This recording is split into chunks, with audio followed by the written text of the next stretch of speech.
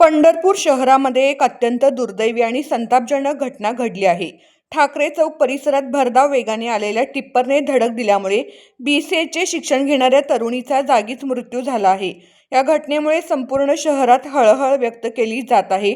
मिळालेल्या प्राथमिक माहितीनुसार समाज कल्याण वसतिगृहात राहणाऱ्या 2 विद्यार्थिनी सायकलचे पंक्चर काढण्यासाठी ठाकरे चौक परिसरात आल्या होत्या. त्यावेळी भरधाव वेगाने आलेल्या टिप्परने त्यांना जोरदार धडक दिली. या अपघातात स्नेहा कांतीलाल गाडी, राहणार रावे, तालुका पंढरपूर, जिल्हा सोलापूर हिचा जागीच मृत्यू झाला. अपघातानंतर टिप्पर चालक घटनास्थळावरून पसार झाल्याची माहिती समोर येत आहे. या घटनेनंतर परिसरात तणावाचे वातावरण निर्माण झाले होते. स्थानिक नागरिकांनी आरोप केला आहे की संबंधित टिप्पर हा प्रभावशाली व्यक्तीशी संबंधित असल्याची चर्चा आहे. त्यामुळे या प्रकरणात योग्य आणि निष्पक्ष चौकशी व्हावी अशी मागणी नागरिकांकडून केली जात आहे. दरम्यान पंढरपूर शहर पोलिसांनी घटनेची नोंद घेतली असून फरार चालकाचा शोध सुरू असल्याची माहिती मिळाली आहे.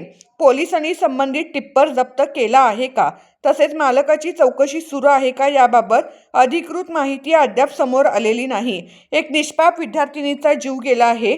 या प्रकरणात दोषीवर कठोर कारवाई होईल का, प्रभावशाली लोकांचा दबाव येईल का, हे पाहणं महत्त्वाचं ठरणार आहे. मात्र सध्या पंढरपूरकरांची एकच मागणी आहे, निष्पक्ष चौकशी आणि न्याय.